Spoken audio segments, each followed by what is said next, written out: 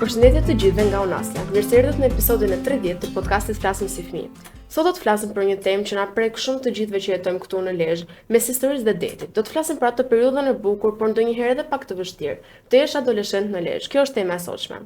Për të folur rreth kësaj teme, bashkë me mua në studio kam dy bashkëmoshatare të mia, Lisionën dhe Kristelin, që vinë nga Lezhë. Vajza, mirë se erdhët dhe faleminderit që keni pranuar të ishit sot me ne. Mirë se gjeta. Si fillim, si do ta përshkruaj veten me 3 fjalë, Kristel? Atëherë unë do ta përshkruaja veten me 3 fjalë: e sinqert, e dashur dhe nevrike. Po ti, Lisiona? Gjithashtu do i mbështetem Kristelit për fjalën evrike. Mund të them që jam një rob që jam shumë shpirtmirë me njerëzit dhe gjithashtu që jam e dashur me kafshët. Lisiona, cila është gjëja e parë që bën sapo zgjohesh në mëngjes? Është që të shikoj orën se sa është. Po ti, Kristel? Atëherë unë ditën time e filloj çdo ditë, i lutem Zotit një mëngjes që të më shkoj shumë mirë dita dhe pastaj rutinat që laj dhëmbët edhe hamxhesin.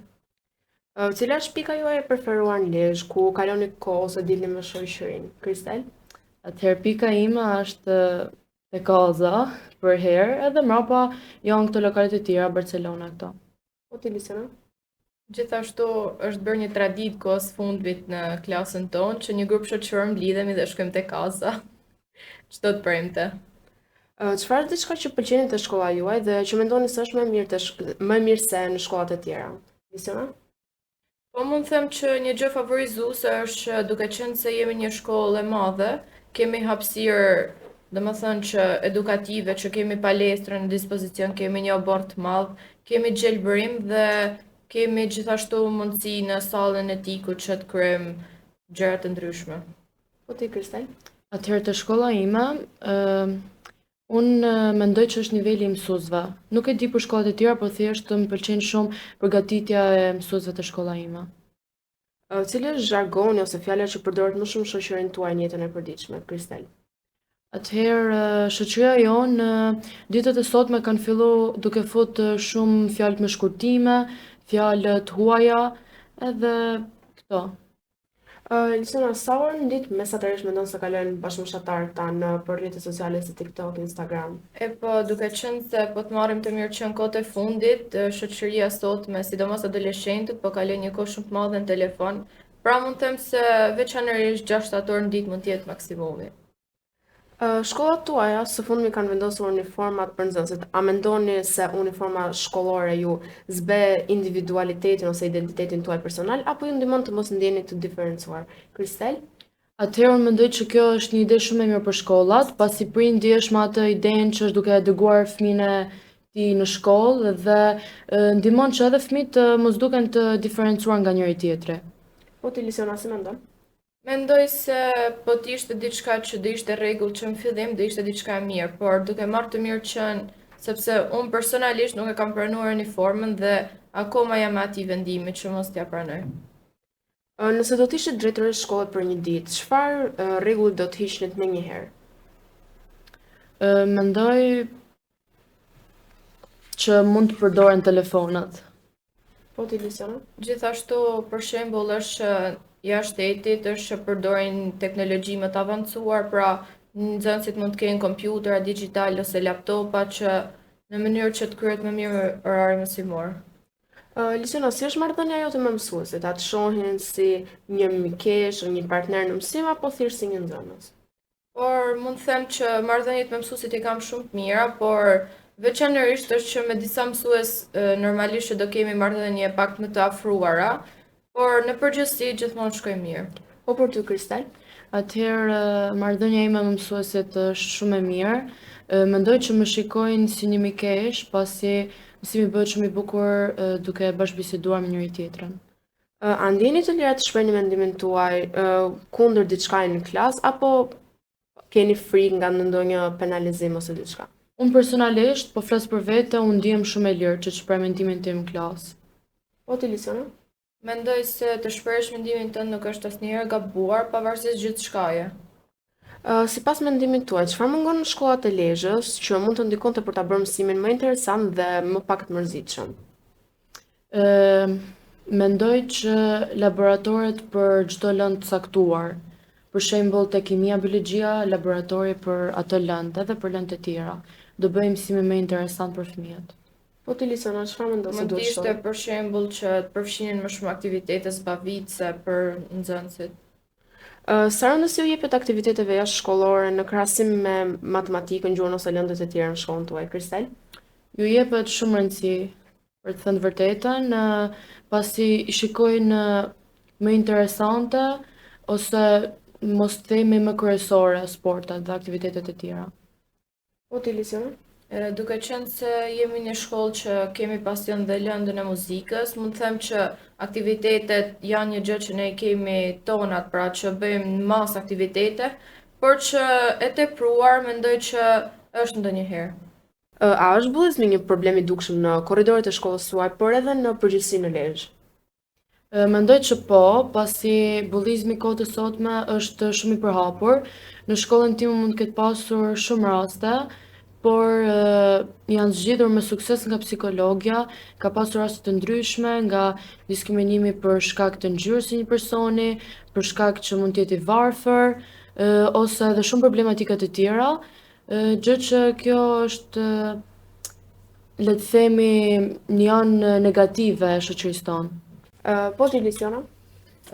Sipas mendimit tim, bullizmi është një fenomen shumë i përhapur në kohët e fundmit, sidomos në shkollën tonë, mund të themi, sepse ka pasur shumë raste që ka ndodhur bullizimi dhe mund të them që kemi arritur në një pikë që janë zgjidhur me mësues, kujdestar dhe me prindër, pasi kanë agravuar në shumë lloj mënyrash të këqija.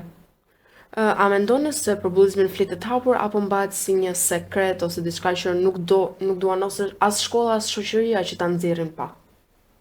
Mendoj që për bullizmin shpesh herë nuk flitet aq hapur, le të themi, pasi shikohet si një temë e shumë përdorur ose si një temë që vetëm thjesht duhet të themi 2-3 fjalë motivuese për një person, por shpesh herë duhet të shikojmë edhe atë anën që ne duhet jemi pak të shikojmë anën e një personi i cili ndihet i bullizuar dhe duhet jemi pak më të hapur për këtë temë. Ti Lisona si mendon? Mendoj se personi që në këtë rast mund të bullizohet është që ai do vi një moment që do jetë i mbyllur në vetvete dhe duron sa që do vi një moment që do plasi shumë keq dhe do shpërthej në mënyra të ndryshme, si për shembull duke qarë ose në lloj fenomenesh, por pika më e mirë është që të kuptohet dhe të zgjidhet, pasi kjo gjë nuk është që është mirë që të vazhdoj. A mendoni se për këto rastet e bullizmit, dhunës, diskriminimit, pra çdo pikë e dobët të shoqërisë tonë ka një zgjidhje konkrete për to? Mendoj që ka zgjidhje, pasi ne po kalojmë dita ditës shumë kohë me shokët dhe shoqet tanë dhe mendoj që ato janë një ndihmë shumë e madhe jona, pasi nëse ne ndihemi të bullizuar ose me ankth ose me stres, mund të shprehemi tek ato. Por ka raste që një person nuk ka shumë besim tek shoku ose shoqja dhe të shprehemi tek familja, pavarësisht që në shumë raste kur ne shprehemi te familja duket sikur jemi duke treguar një anën tonë të dobët ose një pikë tonë të dobët dhe ka shumë mendime pasi varet dhe nga personi që është. Lisona, mendon ti ose çfarë do t'ju thoje pra këtyre viktimave ose personave që bullizojnë, një mesazh të fortë, një shtys ndoshta për të bërë një ndryshim? Mendoj se për ato që bullizojnë është që nuk është fundi botës, mos u mërzisni se një ditë do dalë dielli dhe gjithçka do rregullohet, por për ata që bullizojnë, diçka është që bota do rrotullohet dhe një ditë gjithkush do ta psojë. A jeni psikologën e shkollës suaj dhe a shkoni të takoni ose a ka miq tuaj që shkojnë edhe e takojnë? Po, unë e njoh psikologën e shkollës time, kam shkuar shpesh herë le të themi, për aktivitete por edhe nga ana emocionale që ndoshta nuk mund të jem ndier mirë një orë mësimore dhe kam shkuar tek ajo, jam shprehur, ka plot raste të cilat shkojnë tek psikologja, shpesh herë fëmijët ose moshës tonë ose bashkëmoshatarët tonë e marrin atë anën negative të shkuarit tek psikologja. Pasi gjithmonë mendojnë që te psikologja duhet shkosh vetëm po pate ndonjë problem shumë të madh, por te psikologja mund shkosh të shprehesh për çfarëdo lloj gjë ose ti ndoshta nuk ke shumë shok ose shoqe, ose nuk ke asnjë dhe ti mund të shkosh të shpresh tek ajo, pasi shpesh herë mund të kesh shumë besim tek ajo. Ka pas plot raste që mund të kenë shkuar te psikologja për bullizëm, për forma të ndryshme. Lisiona, po përveç psikologës edhe oficeri i sigurisë, punonjësa sociale dhe role të tjera në shkollë, persona të tjerë, çfarë roli kanë ata në rastet e bullizmit, diskriminimit ose gjithçka që ndodh në shkollë? Me thënë drejtën, duke qenë se dim raste konkrete të bullizimit, mund të them që rolin më të madh e ka luajtur prindi dhe mësuesi kujdestar. Dhe gjithashtu mund të ketë qenë dhe shoqëria e cila e ka treguar këtë lloj fakti që po i ndodh këtij personi. A mendoni ti, Kristela, preke pak se temë, pa a mendoni se një adoleshent kur shkon te psikolog ose psikologja për të kërkuar ndihmë, pra gjykohet nga të tjerët dhe kjo ndikon që ai ose ajo mos të ketë më guximin për t'u shprehur diku? E vërtet, ndikon shumë tek një person, pasi edhe unë po t'isha në vendin e atyre, sado e fort mund të thot një person që është, unë ndikohem që se shumë persona vinë dhe më ushtrojnë një person psikologjik, le të themi, por duhet bëhemi të fort dhe prandaj duhet jemi sa më bashkëpunues me njëri tjetrin dhe nuk duhet tregojemi njerëz të këqin dhe duhet ta kuptojmë njëri tjetrin për çdo lloj problemi, se për shembull sot mund ta kem unë problemin, nesër mund ta ketë një shoqe ime ose një person tjetër dhe nuk duhet mendojmë në anën negative të kësaj gjëje. Lisiona, nëse sheh një rast padrejtësie, cili është reagimi yt i parë? Reagimi i parë është të flas ose t'i tregoj atij personi që shiko, këtu nuk je duke bërë gjëra në duhur, mbaj kufijtë e tu dhe mos e tepro. Pasi nuk është që ti nuk je askushi që të cënosh drejtën e dikujt, pa pas asnjë lloj arsyeje. Sa të sigurta ndjeni kur ecni në rrugët e Lezhës pas orës 8 mesdite? Unë po flas për veten time, shpesh herë nuk ndihem shumë e sigurt, pasi në Lezhë më duket pak më ndryshe nga qytetet e tjera të Shqipërisë, në Tiranë ose të tjera, pasi ka njerëzit shkojmë shumë herët në shtëpi, por edhe është ajo ana gjithmonë paraqykuese e një personi, por edhe ka plot njerëz që nuk i njohim dhe varet se çfarë mund të bëjnë. Kështu që nuk ndihem shumë e sigurt, po mendoj që edhe bashkëmoshatarët e mia.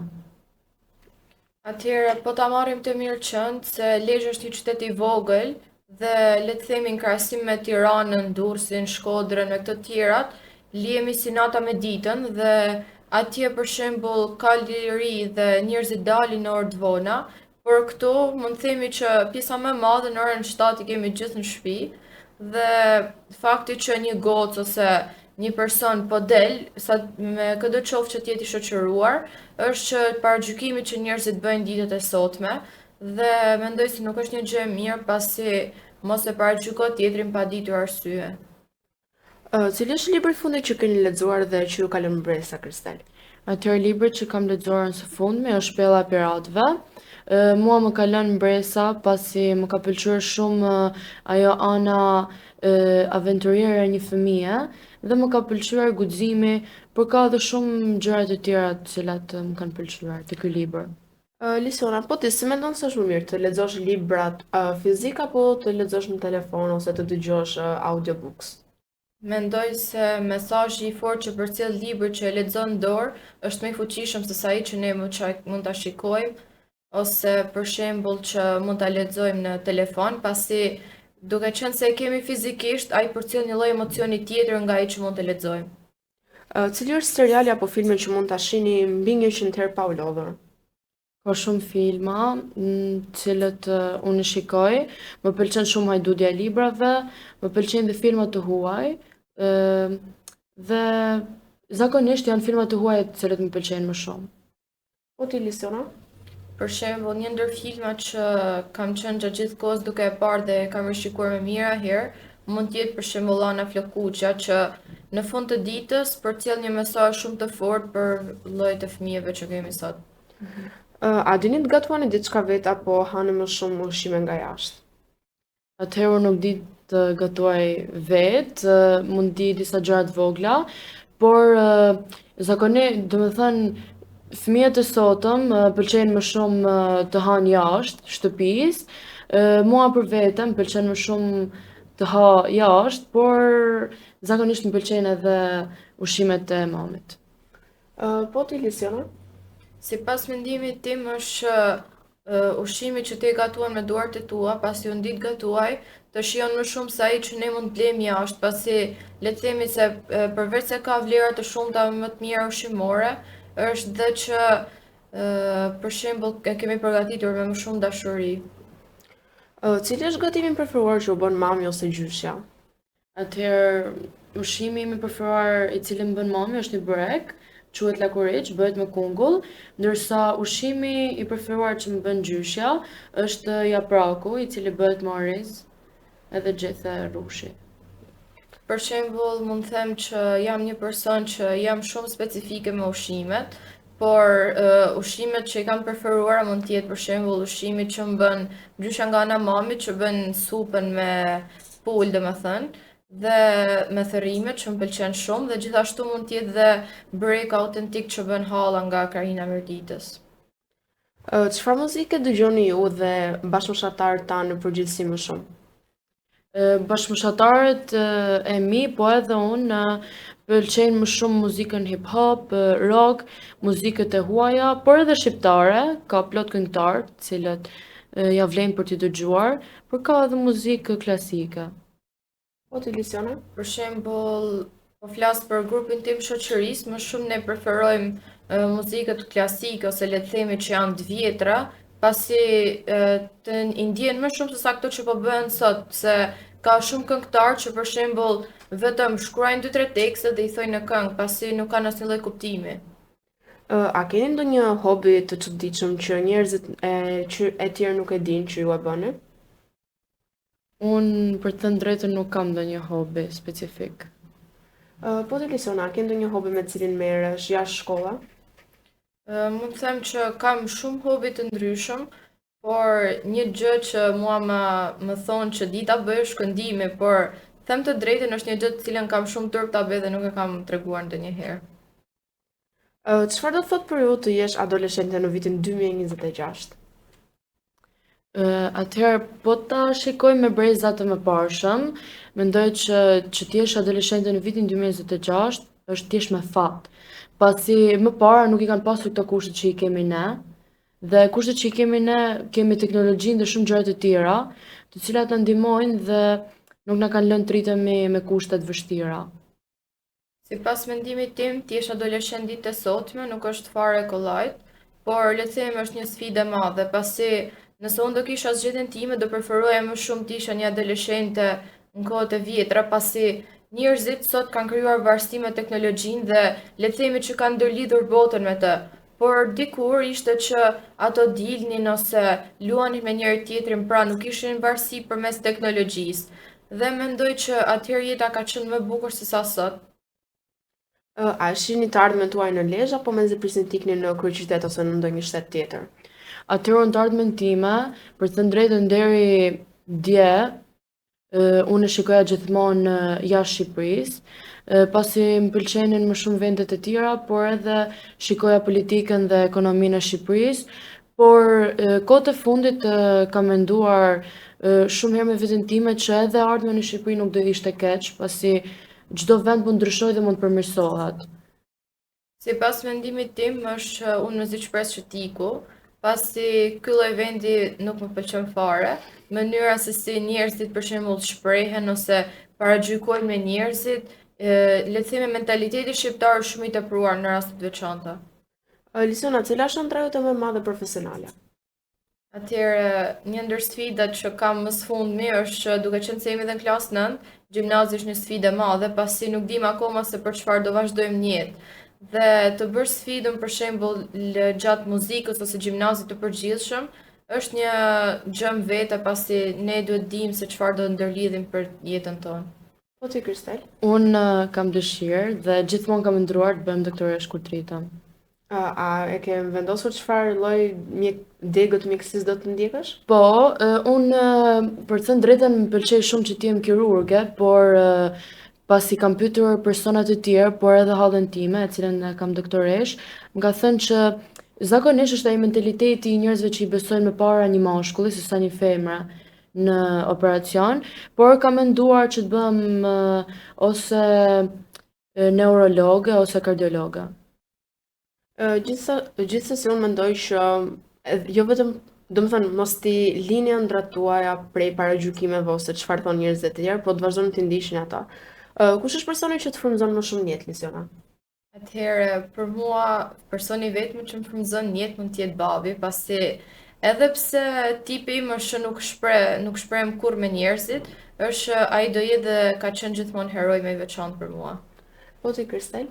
Atëherë personi që më ka frymëzuar gjithmonë ka qenë mami im, pasi në çdo moment timin të vështirë ajo më është gjendur pranë dhe gjithmonë me ato fjalë të ëmbla të saj më ka inkurajuar që të vazhdoj përpara, sepse të jesh adoleshente është një fazë shumë e vështirë dhe ka gjithmonë ato uljet e ngritet e kësaj faze dhe është edhe pjesa e notave dhe shumë gjëra të tjera, por mua më ka ndihmuar gjithmonë mami im dhe ka qenë gjithmonë për mua një frymëzim. Nëse do mund të ndryshoni diçka në qytetin e Lezhës për të rinj, për adoleshentët, cila do të ishte ajo? Atëherë, nëse unë do kisha në dorë që ndryshoja diçka, do ishte që hapja më shumë hapësira publike ose diçka ku njerëzit ose adoleshentët e sotëm të kishin mundësi që të uleshin. Pasi po ta marrim me rast konkret, ditët e sotme, për shembull, një grup shoqëror vajzash don të ulet diku për të pirë diçka dhe kafet që ofron Lezhë janë shumë të këqija, pasi o do jenë me tipa që mund të jenë vetëm një moshë vjetër, që do jenë vetëm burra, ose do jetë një lloj shoqërie materialiste që ka sot dhe nuk më pëlqen tipi i njerëzve që janë. Atëherë unë do ndryshoja, për të drejtën mua më pëlqen shumë gjelbërimi dhe do të krijoja më shumë parçe për të qëndruar edhe të rinj, por edhe të moshuar, pasi shpesh herë këto parçe që kemi në Lezhë janë më shumë mosha të moshuarit dhe ato nuk duan shqetësim nga fëmijët dhe edhe unë kur kam qenë e vogël gjithmonë kur loja të parku kishte të moshuar të cilët nuk donin zhurmë, ju kalonte ndoshta ndonjë top dhe acaroheshin dhe mendoj që të kishte sa më shumë gjelbrim dhe do ishte edhe më mirë për ne, por edhe për ata. Si ndjeni kur flisni me një të rritur? A mendoni se ata na marrin seriozisht kur flasim me ta? Mendoj që varet edhe personi, sepse ka fëmijë të ndryshëm nga personaliteti i tyre. Një fëmijë mund të jetë pak më i pjekur, një fëmijë mund të jetë pak më që ka dëshirë që të luaj ose të jetë më i lvizshëm. Unë kur flas me një të rritur, mendoj që sado i pjekur të jesh, ato gjithmonë do ta kenë atë pjesën tek mendja e tyre që je një fëmijë dhe nuk mund të marrin çdo gjë për seriozisht. Por mendoj që nga njëra anë, kohët e sotme kanë filluar t'i marrin përballë edhe mendimet e moshës tonë. Mendoj se të flasësh me të rritur sot mund të jetë diçka një sfidë në vete, pasi ata shpesh herë nuk të kuptojnë se për çfarë po flet, pasi gjithmonë e kthejnë situatën në atë mënyrë që duan ta marrin, jo në mënyrën që ne duam ta shprehim. Kanë mentalitet shumë ndryshe nga ne. Nëse do kishte mundësinë të jepte një këshill vetes tuaj 10 vjeç, cila do ishte ajo këshill? Këshilla që do mund t'i jepja vetes time 10 vjeç do ishte që jetoje jetën në atë mënyrë që ti don dhe mos u ndiko fare nga çfarë do mendojnë njerëzit ose se çfarë do ndodh. Për të drejtën, nuk është se kam mendje ndonjë këshill specifike, por thjesht mos u dorëzo kurrë dhe lufto për ëndrrën që ti ke. Çfarë do të thoshit prindërve dhe të rriturve që po na dëgjojnë tani? Ju dua shumë, mamet dhe motrave dhe babit, por nuk kam ndonjë specifike. Sipas mendimit tim, duke qenë se u trajtuan shumë lloj nëntemash të ndryshme, do ishte që po marrim faktin e bullizimit për shembull ose të uniformave në shkolla, është që mos u ndiko kurse çfarë do mendojnë tjerët, por thjesht mendo atë që është e drejta për ty. Unë do jep edhe një këshill prindërve, pasi shpesh herë kur ne jemi në situata të vështira, gjithmonë prindrit kanë atë pjesën që mos ta dëgjojnë fëmijën, por fillojnë gjithmonë me ato këshillat dhe do kërkoja që të ishin pak më dëgjues ndaj nesh, pasi duhet të dëgjojnë fillimisht versionin ton dhe mbrapa të jenë ato personat që gjithmonë japin vetëm këshilla. Tani për ta mbyllur, do doja nga një mesazh përmbyllës për të gjithë vajzat e moshës sonë. Tani, po ta marrim mirë që adoleshentët së fundmi po kalojnë sfida të mëdha pasi gjysmat e tyre vojnë nga bullizimi, nga paragjykimi dhe ose nga lufta që mund të kenë me vetveten për të arritur diçka. Dhe unë mendoj që është që mos u dorëzoni asnjëherë dhe pas shiut gjithmonë do dal dielli. Ndërsa unë do jepja një këshill që të mos ndikohen nga shoqëria ose nga veset e tjera, të vazhdojnë ashtu siç i kanë mësuar familja tyre dhe të jenë sa më bindës dhe të përulur para familjes tyre. Lisona dhe Kristeli, ju falenderoj shumë që ishit me mua sot. Ishte kënaqësi të bisedonim me të kuptonin që pavarësisht ndryshimeve që kemi mes njëri tjetrit, sfidat dhe ëndrat tona si adoleshentë në Lezhë janë shumë të ngjashme. Faleminderit. Miq, ky ishte episodi i sotëm. Faleminderit që na dëgjuat. Uroj që edhe prindrit dhe mësuesit të kenë marrë diçka për të reflektuar nga kjo bashkëbisedimi i ynë, ndërsa për bashkëmoshaqtarët tanë të ndihen më të dëgjuar e më të kuptuar. Mos harroni, na ndiqni çdo të mërkurë në orën 6 mbasditë në Akropolis TV. Mund të na shihni dhe në YouTube, si dhe në profilin tonë në Instagram. Ju takofshim herën tjetër. Mirupafshim.